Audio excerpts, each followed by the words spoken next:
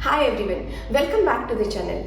नी injury यानी कि घुटनों की इंजरी एक काफ़ी कॉमन टाइप की इंजरी है। काफ़ी लोगों को ये इंजरी गलत फॉर्म में वर्कआउट करने की वजह से हो सकती है। तो कुछ लोगों को ओवर एक्सर्शन यानी कि ज़्यादा वर्कआउट करने की वजह से या गलत तरह से जोर देने की वजह से ये इंजरी हो सकती है। तो कुछ लोगों को सिर्फ एज की वजह से या कोई डेफिशिएंसी की वजह से भी नी इंजरी हो सकती है। नी इंजरी की वजह से सिर्फ आपके वर्कआउट पे ही असर नहीं पड़ता है, तो एक रोजाना जिंदगी में काफी दिक्कतें आती है। जैसे चलने में काफी लोगों को मुश्किल होती है, एक कंटिन्यूस पेन सा रहता है जो अनकंफर्टेबल कर सकता है। कुछ महीने पहले मैं खुद भी नी इंजरी से गुजर रही थी और इसमें जो वर्कआउट मैंने किया जिसकी वजह से मुझे बहुत फायदा हुआ, वही वर्कआउट मैं आप लोगों के साथ शेयर करने वाली हूँ। ये बहुत सिंपल वर्कआउट है, मगर ये वर्कआउट कोई मेडिकल एडवाइस नहीं है। तो अगर आपको जस्ट नी इंजरी हुई है या आप बहुत ज़्यादा पेन से सफ़र कर रहे हैं, तो डेफिनेटली ये करने से पहले आपके डॉक्टर से ज़रूर सलाह मशवरा करें। Let's start. सबसे पहले एक्सरसाइज के लिए हमें एक टॉवल की ज़रूरत पड़ेगी। तो टॉवल को इस तरह से हमें रोल करना है और इसको आपके नी के घुटने के नीचे रखना है। बैक सीधी रखें, पाँव सीधे रखें और हमें वो टॉवल को नीचे की तरफ दबाना है। अब ये करते हुए आपके जो थाई मसल्स है उनको एक्टिवेट करने की कोशिश करें। तो आपको नी का यूज नहीं करना है, आपको थाई मसल का यूज ज्यादा करना है। उसको प्रेस करें, 1 या 2 सेकंड के लिए पकड़ें और रिलीज करें। अगेन प्रेस, 1 या 2 सेकंड के लिए पकड़ेंगे और रिलीज करेंगे। प्रेस, 1 या 2 सेकंड के लिए पकड़ें और रिलीज करें। अराउंड 10 से 12 बार हम ये एक्सरसाइज करेंगे ताकि हमारे मसल्स को थोड़ा जाग जाए वो मसल्स, और वो मसल्स थोड़ी एक्टिव हो जाए। उनके ऊपर हम बाद में और थोड़ा काम करने वाले हैं। आई होप आप मेरे साथ ये कर रहे हैं। तो जस्ट प्रेस करना है, 2 या 3 सेकंड तक हमें पकड़ना है और फिर रिलीज करना है। इसको ज़्यादा प्रेशराइज नहीं करना। अगर कोई भी इसमें से कोई भी एक्सरसाइज करते हुए अगर आपका पेन ज़्यादा हो रहा है ऐसे आपको लग रहा है, तो आप वहीं पे रुक जाना है। आपको उसके आगे उसको कंटिन्यू नहीं करना है। ओके, सेम थिंग दूसरी तरफ भी करना है। जो भी अगर आपके एक नी में भी प्रॉब्लम है तो आई विल सजेस्ट है दोनों पाँव में ये एक्सरसाइज करें ताकि एक बैलेंस बना रहता है। क्योंकि नॉर्मली क्या होता है कि एक नी के वजह से जो प्रॉब्लम होती है तो दूसरी नी पे या दूसरे लेग पे ज़्यादा प्रेशर आता है, फिर वो प्रॉब्लम थोड़े दिन के बाद आपको उस नी में समझ में आती है। तो इसके लिए दूसरे पाँव में भी सेम करना है। प्रेस करें, 1 या 2 सेकंड तक पकड़ें और रिलीज करें। प्रेस करें, 1 या 2 सेकंड तक पकड़ें, रिलीज करें। आप एक 5-6 बार जब ये करते हैं तो आपको पता चलेगा कि आपके थाई मसल्स एक्टिवेट हो रहे हैं। थोड़ी सी टेंशन आपके जांघों की मसल में फील होने लगती है। ये पूरी वर्कआउट इनफैक्ट आप दिन में 2 या 3 बार भी कर सकते हैं।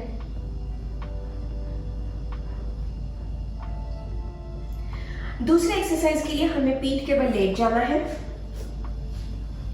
और नीज को बेंट रखें। अभी ये एक्सरसाइज जो है आप सीधे पांव रख के भी कर सकते हैं यूं, मगर उसकी वजह से आपके लोअर बैक में थोड़ी सी प्रॉब्लम आने के चांसेस बढ़ जाते हैं। तो इसके लिए सेफ रहने के लिए आप नीज बेंट रखें। अपनी पाँव को हिप से एक कंफर्टेबल डिस्टेंस पे रखें, ज़्यादा नज़दीक नहीं, ज़्यादा दूर भी नहीं। और हम लोग लेफ्ट लेग से स्टार्ट करेंगे, तो लेफ्ट लेग सीधा लेके आना है। आपके जो टोज है उनको फ्लेक्स रखें। इनहेल करें यहाँ पे, एक्सहेल करके नी लेवल तक आपको लेके आना है और यहीं पे होल्ड करना है 5 काउंट के।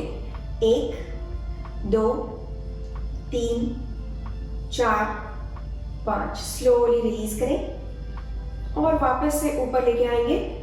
Same leg, 1 2 3 4 5। जब आप ये कर रहे हैं तो आपकी नी सीधी होनी चाहिए, तो लेग सीधा होना चाहिए, नी को बेंड नहीं रखना है, सीधा रखना है और रिलीज। Again up, 1 2 3 4 5। ये कितनी बार करना है? तो 5 या 6 से स्टार्ट कर सकते हैं, मगर ये एक्सरसाइज काफ़ी सिंपल है और ये बहुत ज़्यादा फायदेमंद होने वाली है आपके थाइस को। तो इसकी वजह से आप मेरे ख्याल से कंटिन्यू कर रहे हैं मेरे साथ। इसकी वजह से ये एक्सरसाइज आप 50 बार भी कर सकते हैं। तो जितनी भी बार आप कर सकते हैं, पहले 5 से स्टार्ट करें, 1-2 दिन के बाद 6, इसको इंक्रीज करते जाए जितना भी हो सकता है और रिलीज करेंगे। यही सेम एक्सरसाइज हमें दूसरी तरफ से भी करना है। तो लेग को सीधा रखें और ऊपर लेके आए। 1, 2, 3, 4, 5। अगेन आपके टोज फ्लेक्स्ड होने चाहिए और लेग सीधी होनी चाहिए। नी पे बेंड नहीं करना है, सीधा रखना है पाँव को। 1, 2, 3, 4, 5। कंटिन्यू करेंगे मेरे साथ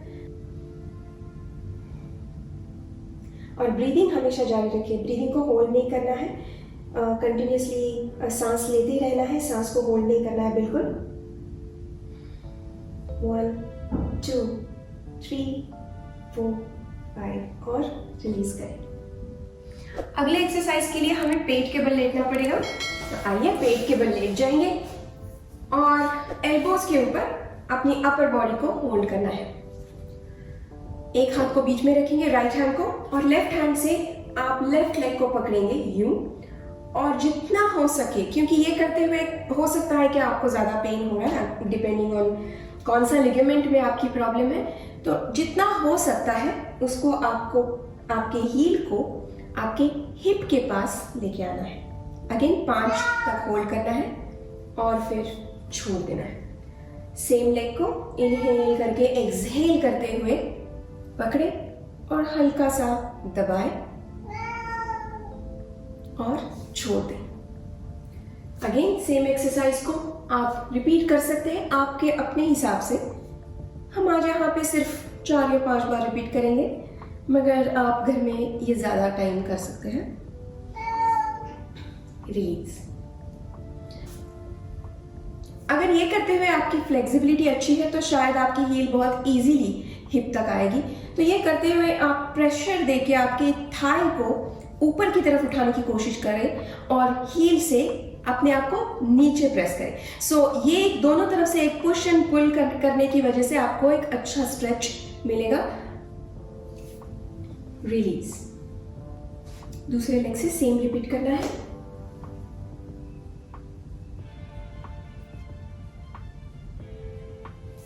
एक 5 या 6 तक गिन सकते हैं आप, डिपेंडिंग ऑन आपकी स्ट्रेंथ क्या है। 1, 2, 3, 4, 5। अगेन ज़्यादा ज़ोर से पुश नहीं करना है और ये डेफिनेटली खुद का ही करना है। खुद किसी को बोलना नहीं है कि मुझे प्रेस करके दे दो। पर्टिकुलरली जिम वगैरह में जाते हैं तो उनको बोलना नहीं है कि आप मुझे स्ट्रेच करके दो, क्योंकि जब आपकी नी में इंजरी होती है तो यू आर द बेस्ट जज कि आप कहाँ तक जा सकते हैं ये आप खुद बता सकते हैं। तो कोई और प्रेशराइज करके करेगा तो पॉसिबल हो सकता है कि उन्हें इंजरी और ज़्यादा बढ़े। तो सेफली करना है वर्कआउट ये। And release. अगले एक्सरसाइज के लिए हम एंकल वेट का इस्तेमाल करने वाले हैं। तो जो एक्सरसाइज हमने सेकंड नंबर पे किया था वही एक्सरसाइज हम लोग रिपीट करने वाले हैं, मगर कुछ रेजिस्टेंस ऐड करके। अगेन अगर आप अभी शुरू कर रहे हैं और अगर आपको लग रहा है कि वो सेकंड एक्सरसाइज ही बहुत डिफिकल्ट था, तो मैं सजेस्ट करूंगी कि वही एक्सरसाइज रिपीट करें बिना अपनी एंकल वेट के। मगर अगर आपको लगता है आप थोड़े से स्ट्रांग हो गए और थोड़ा आगे जा सकते हैं, तो आप एंकल वेट का इस्तेमाल करके वही एक्सरसाइज को बहुत ज़्यादा इफेक्टिव बना सकते हैं। तो मैंने एंकल वेट डाला हुआ है। 1 पाउंड से शुरू करें, मतलब अराउंड ½ kg, एंड फिर उसको बढ़ाते जाए। डायरेक्टली ज़्यादा वेट एंकल्स पे ना डालें। आइए पीठ के बल लेटना है वापस और नीज को बेंड रखना है। यहाँ पे लेफ्ट लेग से शुरू करेंगे तो लेग सीधा लेके जाए और ऊपर नी लेवल तक लाके 1, 2, 3, 4, 5। रिलीज। वापस 1, 2, 3, 4, 5 और रिलीज। अब देखेंगे कि जब वेट ऐड होता है तो सेम एक्सरसाइज बहुत ज़्यादा इफेक्टिव होता है, क्योंकि वो एक्स्ट्रा रेजिस्टेंस मसल को मिलती है। मगर एज आई सेड कि अगर आप अभी शुरुआत कर रहे हैं तो आपको वेट लेने की बिल्कुल भी ज़रूरत नहीं है। आप सीधा विदाउट वेट सेम एक्सरसाइज जो पहले किया था वही रिपीट करेंगे। and release. Again 1, 2, 3, 4, 5 and release. इसको भी आप 5 या 6 से स्टार्ट कर सकते हैं और फिर 10-15 रेपिटेशन या 20 रेपिटेशन तक आराम से लेके जा सकते हैं। जैसे जैसे स्ट्रेंथ बिल्डअप होती जाएगी, हर हफ्ते 2 या 3 से बढ़ा सकते हैं रेपिटेशंस को, तो अपने आप आपको समझेगा कि आप अभी इससे ज़्यादा कर पा रहे हो। And release. दूसरे लेग से करेंगे अभी। तो पहले लेग सीधा रखेंगे और ऊपर लेके आए, ब्रीदिंग कंटिन्यू करें, सांस लेते रहना है, बिल्कुल सांस को नहीं रोकना है और नीचे लेके जाए। Inhale and slowly release. 1, 2, 3, 4, 5 and release.